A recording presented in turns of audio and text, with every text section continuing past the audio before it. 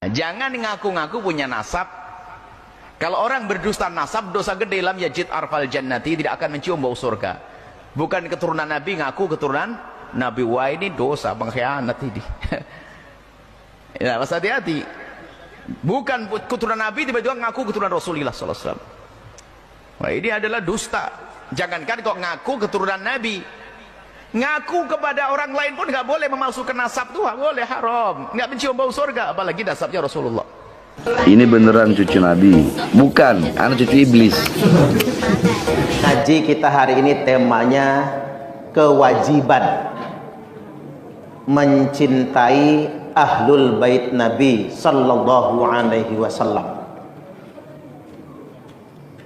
Mencintai ahlul bait itu bagian dari ibadah, bagian dari ketaatan. Jadi semua umat Islam tanpa terkecuali punya kewajiban untuk mencintai ahlul bait Nabi. Rasulullah sallallahu alaihi wasallam telah bersabda, "Addibu auladakum ana salati khisal." Ajarkan kepada anak-anak kalian tentang 3 perkara.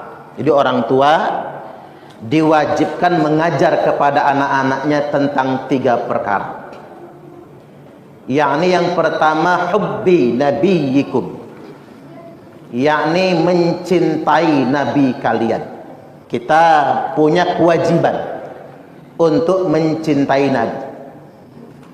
Wa hubbi ahli baitihi, dan ajarkan juga mencintai keluarga nabi, ahlul bait tadi itu. Wa qiraatil Quran, dan perkara yang ketiga adalah ajarkan membaca Al-Quran. Pada bagian yang pertama sudah jelas, kita wajib mencintai Nabi. Tidak dianggap beriman kita ketika tidak mencintai Nabi. Nah, pada bagian yang kedua, wa hubbi ahli baitihi, ternyata kita juga diwajibkan untuk mencintai keluarga Nabi. Dan mencintai keluarga Nabi itu bagian dari ketaatan. Secara sederhana sempat ditanyakan, siapa saja ahlul bait Nabi? Yang sudah jelas itu pertama, istri-istri Nabi. Itu ahlul bait. Wanita-wanita yang disucikan oleh Allah Subhanahu wa taala. Itulah mengapa janda Nabi haram dinikah oleh siapapun. Masa sudah menjadi istri Nabi kemudian dinikah orang lain lagi? Jadi hilang gelar ummul mukmininnya. Kemudian yang berikutnya, 4 keluarga yang diharamkan untuk menerima zakat. 4 keluarga yang disebutkan Nabi yang mereka itu haram menerima zakat. Siapa saja itu? Hum alu aliyin. Yang pertama, keluarganya Ali. Ali, Fatimah, Hasan, Husain. Keluarganya Ali itu ahlul bait namanya. Yang kedua, wa alu Aqil, keluarganya Aqil. Jadi saudaranya Ali. Kemudian wa alu Ja'far, keluarganya Ja'far. Masih adik beradiknya Ali bin Abi Thalib juga. Kemudian yang keempat, wa alu Abbas, keluarganya Abbas, itu pamannya Nabi. Jadi ini 4 keluarga selain istri Nabi. Ini 4 keluarga yang ditegaskan sebagai ahlul bait, dan kita punya kewajiban mencintainya berdasarkan hadis tadi itu. Dan 4 keluarga ini juga adalah keluarga yang haram menerima zakat. Tidak boleh minta sedekah. Jadi kalau ada di zaman sekarang orang ngaku cucu Nabi, Pak, terus minta sedekah, udah salah itu. Tapi kalau ada orang yang ngaku cucu Nabi, kita nggak punya duit dikasih, kita punya utang dibayarin, anak kita nggak bisa bayar sekolah dilunasin, nggak punya beras kita dikasih, entah cucu beneran atau bukan, minimal agak yakin kita kalau itu cucu Nabi. Karena memang sebetulnya ahlul bait itu nggak boleh ndawir, nggak boleh minta-minta sedekah gitu, ngancam ente kaya gara-gara kakek aneh misalnya, tolong bagi sebagian harta ente kepada aneh, nggak boleh itu.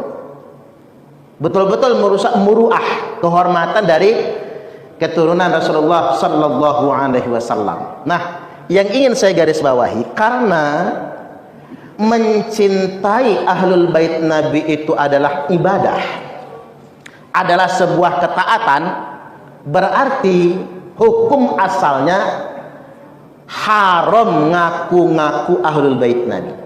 Jadi haram dia. Karena kita ngambil kaidah usul fikihnya begini, Pak. Al aslu fil ibadati at-tauqif kalau kata Imam Ahmad, atau at-tawaqquf. Hukum asal dari ibadah itu terlarang hingga munculnya dalil. Atau dalam bahasa yang lain, al aslu fil ibadati at-tahrim. Hukum asal dari segala ibadah dan ketaatan adalah diharamkan. Semua ibadah itu haram. Semua ketaatan itu haram hingga datang dalil yang menunjukkannya. Berarti kalau ingin saya sederhanakan, kita bangun korelasinya, ngaku cucu Nabi itu haram kalau nggak bisa menunjukkan buktinya. Ngaku ahlul bait itu haram hukumnya kalau nggak mampu menunjukkan dalilnya. Kadang orang bicara suhrah wal istifadah, kan udah terkenalnya begitu. Entar dulu, kalau begini Pak, kalau Pak Edi Irawan Arif adalah putranya Kiai Haji Arif Mahya, orang sudah tahu semua, betul nggak kira-kira? Tetapi kalau 5 abad kemudian ada orang yang ngaku-ngaku saya cicitnya Kiai Haji Arif Mahya, entar dulu, ini sudah 5 abad. Apalagi begini, kalau Megawati itu anaknya Soekarno, kita sudah paham, Megawati Soekarno Putri. Tapi kalau 5 abad kemudian ada orang yang ngaku-ngaku anak Soekarno, namanya Suparman Soekarno Putra, entar dulu. Setahu kita kan nggak ada anaknya Soekarno yang namanya Suparman. Kalau Guntur ada, kalau Buruh ada. Nah ini penting. Jadi karena memang mencintai ahlul bait itu adalah ibadah dan ketaatan, maka semua orang yang mengaku sebagai ahlul bait Nabi wajib membuktikan. Karena hukum asalnya mengaku cucu Nabi, mengaku ahlul bait Nabi itu haram sampai dia bisa menunjukkan ini datanya, ini dasarnya yang mengkonfirmasi saya adalah dzurriyyat Nabi atau keturunan Nabi. Cuman satu Pak, ngaku cucu Nabi itu yang diperbolehkan. Begini, dalam darah saya mengalir darah Rasulullah Adam alaihi salam. Ini itu boleh kita ngomong begitu. Karena nggak mungkin kita keturunan monyet kalau kata Charles Darwin itu kan. Kita semua beriman, kita ini anak cucu Nabi Adam. Tapi kalau orang mengatakan saya keturunan Nabi Musa, entar dulu, kita nggak boleh langsung percaya. Orang ngaku saya keturunan Nabi Ibrahim, entar dulu. Ngaku keturunan Nabiullah Muhammad sallallahu alaihi wasallam, entar dulu. Harus tunjukkan mana datanya, mana buktinya. Mengapa saya sampaikan begini? Karena ulama ahlu sunnah wal jamaah sudah menghimbau siapapun yang ngaku-ngaku ahlul bait Nabi, ngaku-ngaku cucu Nabi, wajib ditanyakan buktinya dan wajib diteliti. Al-Hafiz Ibnu Hajar Al-Haytami, seorang ulama besar dari kalangan mazhab Syafi'i, ulama ahlu sunnah wal jamaah, mengatakan yang bagi likulli ahadin ayyakuna lahu ghiratun fi hadan nasabi syarif, niscaya sudah semestinya setiap orang yang ngaku umat Nabi Muhammad, jadi ini umat Nabi ini Pak, setiap orang harus punya sensitivitas, sensibility, sense of crisis kalau kata orang sekarang, harus benar-benar sensi kepada orang-orang yang ngaku-ngaku cucu Nabi. Jadi ayyakuna lahu ghiratun fi hadan nasabi syarif, kita harus benar-benar punya ghirah, punya kecemburuan terhadap nasab mulia keturunan Rasulullah sallallahu alaihi wasallam. Wa dhabatahu, dan hendaklah dia meneliti, memeriksa jika ada orang-orang yang ngaku keturunan Nabi, jika ada orang-orang yang ngaku ahlul bait Nabi atau zuriat Nabi, ia wajib meneliti dan memeriksa untuk memastikan hatta la yantasib ilaihi sallallahu alaihi wasallam ahadun illa bihaqqin, sampai tidak ada lagi satu orang pun yang berani ngaku-ngaku nasabnya berasal dari nasabnya Rasulullah sallallahu alaihi wasallam. Saya ingin sederhanakan maksud Al-Hafiz Ibnu Hajar Al-Haytami, semua umat muslim, terutama ulama ini, ya kalau yang awam-awam mungkin gak bisa meneliti lah, semua umat muslim, terutama ulama, wajib hukumnya meneliti dan memeriksa secara mendetail terhadap seorang siapapun yang mengaku anak cucu Nabi, sampai-sampai tidak ada lagi yang berani ngaku-ngaku anak cucu Nabi kalau dia tidak bisa menunjukkan bukti illa bihaqqin, kecuali dengan data atau bukti yang benar. Ini wajib. Mengapa saya sampaikan ini materi malam ini? Indonesia adalah pasar yang paling subur untuk orang yang ngaku-ngaku anak cucu Nabi. Itu yang jadi masalah. Beda dengan di Timur Tengah, orang nggak percaya. Kalau belum ada isbat, orang nggak percaya di sana. Tapi kalau kita, yang penting hidungnya mancung aja pokoknya. Udahlah ngaku Nabi, ngaku cucu Nabi. Jangankan ngaku cucu Nabi, ngaku Nabi aja banyak yang percaya Pak di Indonesia ini. Yang saya paling nggak masuk akal itu agama Jasun Pak. Agama Jawa Sunda itu. Nama nabinya Tugimin itu Pak. Kan nggak masuk akal kan? Agamanya Jasun, nabinya Tugimin. Repot kalau sholat. Allahumma sholli ala sayyidina Tugimin wa ala ali sayyidina Tugimin. Repot kita baca salawatnya itu kan. Ini masalah ini.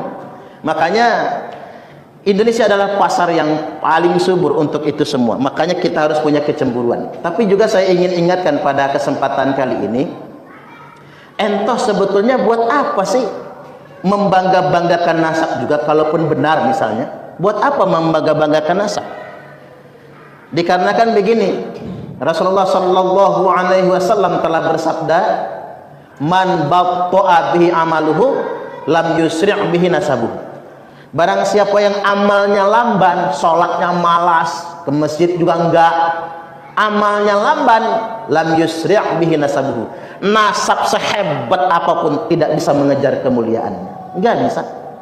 Mau anak siapa Pak, enggak peduli anak siapa.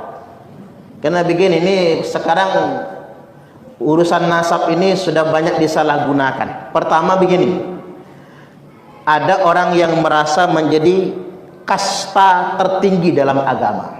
Seakan-akan di Islam ini belakangan ya Pak, ada kasta nomor 1, kasta paling mulia. Jadi ini ada cucu Nabi, kasta tertinggi, ada ahwal. Ahwal itu kita nih, orang-orang pribumi yang dikatakan ahwal itu, orang-orang biasa, di mana syarifah kata mereka, yang perempuan haram, hukumnya haram ini Pak, oleh mereka diharamkan nikah sama laki-laki pribumi. Ini kan sama saja di Islam sudah menciptakan kasta baru. Padahal dalam peristiwa Futuh Mekah di depan Ka'bah, Rasulullah sallallahu alaihi wasallam telah bersabda, innallaha qad adhaba ankum ubiyatal jahiliyah wa ta'addumaha bi abaiha. Sesungguhnya Allah setelah menghapus dari kalian semua kebanggaan, feodalisme, kesombongan jahiliyah, di mana masyarakat jahiliyah itu terbiasa membangga-banggakan nasab, membangga-banggakan leluhur, membangga-banggakan keluarga mereka. Itu jahiliyah. Makanya tadi kita mesti bertanya, Pak, kalau ada orang-orang yang membanggakan nasabnya, nggak mungkin dia cucu Nabi. Karena kalau cucu Nabi setidak-tidaknya dia punya akhlak, walaupun nggak 100% nyontoh Nabi, minimal ada yang dicontoh dari Nabi. Nggak mungkin dia akan membanggakan nasabnya, nggak mungkin. Nggak mungkin dia akan menjual nasabnya. Apalagi tadi, Pak, untuk alat kebanggaan tadi. Apalagi untuk merasa menjadi warga agama kelas 1. Kemudian ada muncul yang doktrin-doktrin yang namanya anak cucu Nabi. Saya langsungin aja kalimatnya. Yang namanya habaib. Walaupun saya ingin luruskan di sini, Habib itu bukan panggilan buat cucu Nabi. Kita buka kitab-kitab itu, semua ulama sepakat panggilan buat cucu Nabi itu bukan Habib, tapi Sayyid dan Syarif, Syarifah atau Sayyidah. Tapi kok sekarang Habib? Anggaplah begitulah. Yang namanya Habib walaupun nggak sholat, walaupun ahli maksiat, masuk surga karena matinya nanti husnul khatimah. Begitu Roma Irama buka ke depan, mereka protes. Roma Irama itu mengada-ngada, bukan mengada-ngada, kuping saya sering dengar kok.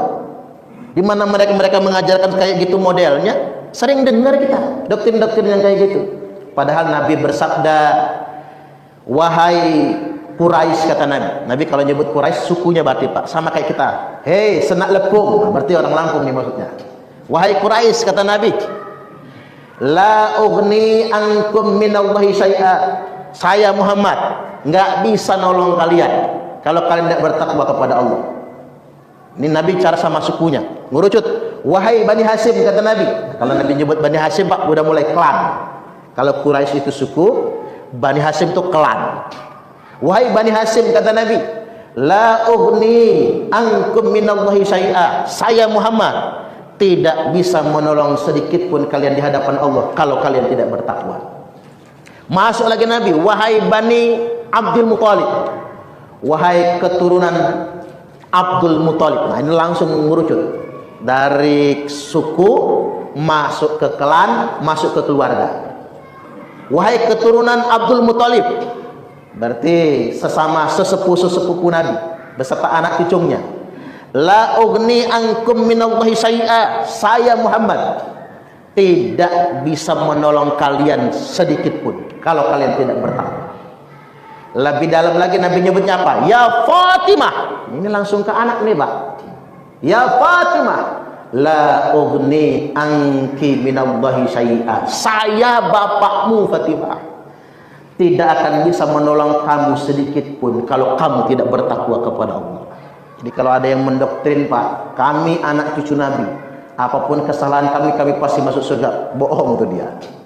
Nabi aja ngomong sama Fatimah, bapakmu saja nggak bisa nolong kamu kalau kamu tidak bertakwa kepada Allah Subhanahu wa Ta'ala.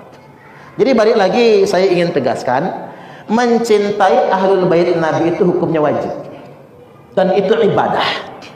Tapi begini, Pak, kalau ahlul bait Nabi yang zaman dulu enak, istri Nabi sudah ketahuan. Yang kedua, keluarga Ali, keluarga Ja'far, keluarga Aqil, keluarga Abbas, 5 ini sudah jelas.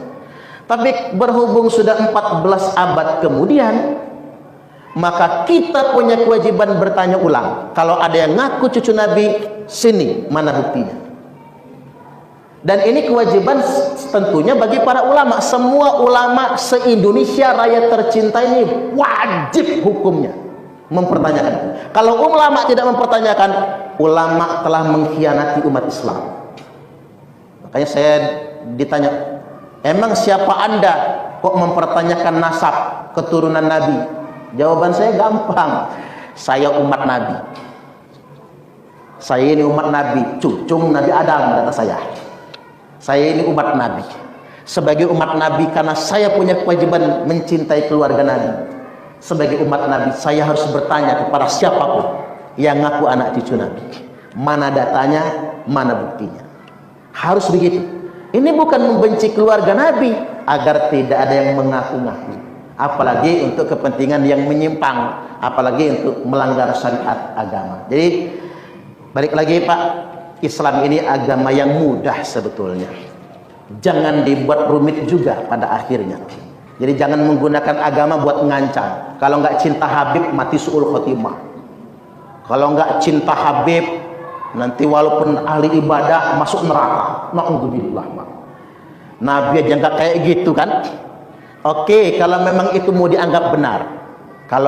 Karena kami kalau nggak cinta Habib masuk neraka, maka kami, karena ini masalah surga sama neraka ini Pak, maka kami sebagai umat Nabi punya kewajiban juga bertanya, mana buktinya kalau Anda merupakan cucu Nabi? Tidak boleh hanya mengaku-ngaku saja. Ini penting untuk kita garis bawahi. Karena begini, kalau cucu Nabi betulan Pak, nggak akan membanggakan nasab.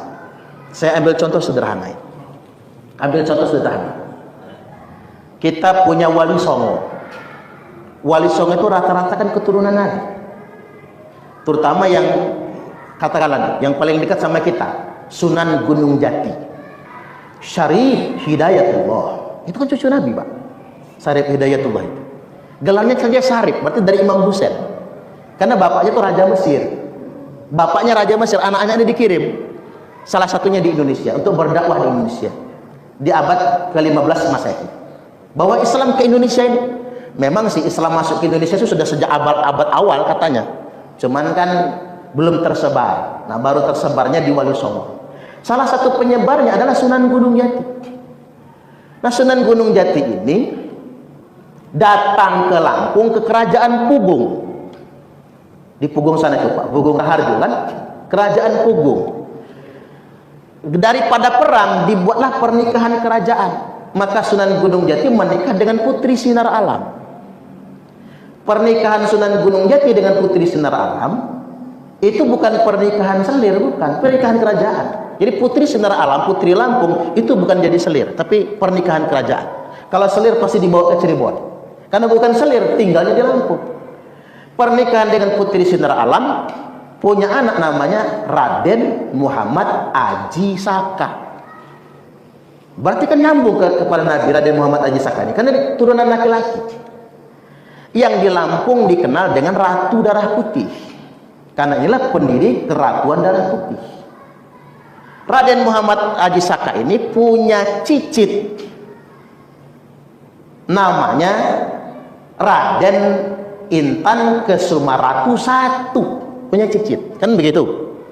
Nah, cicit beliau ini punya anak dua dalam catatan sejarah. Nggak tahu kalau anak yang lain dalam catatan sejarah. Anak pertama namanya Raden Imba Kesumaratu II. Anak kedua namanya Dalom Kesumaratu. Ini dua anaknya nih. Nah, Raden Imba Kesumaratu II perang sama VOC sampai dibuang ke Timor Belanda. Dibuang sampai mati dibunuh. Yang istrinya sedang hamil. Begitu sang ayah dibunuh Belanda, sang putra lahir. Nah, sang putra yang lahir ini namanya Raden Intan Kesumaratu II atau Raden Intan II. Yang perang melawan Belanda, gugur di usia muda.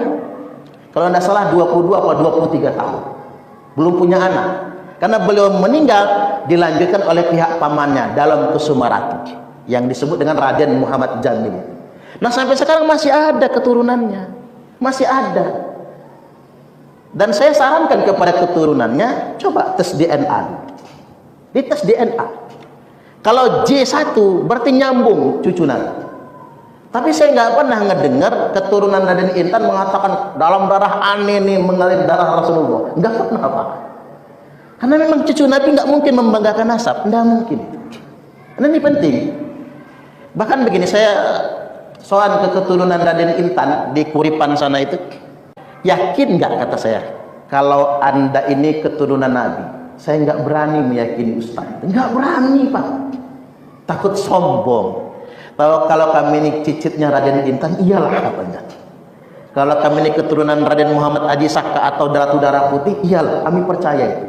Tapi kalau keturunan Nabi, kami takut malah takabur nanti. Nah ini Pak.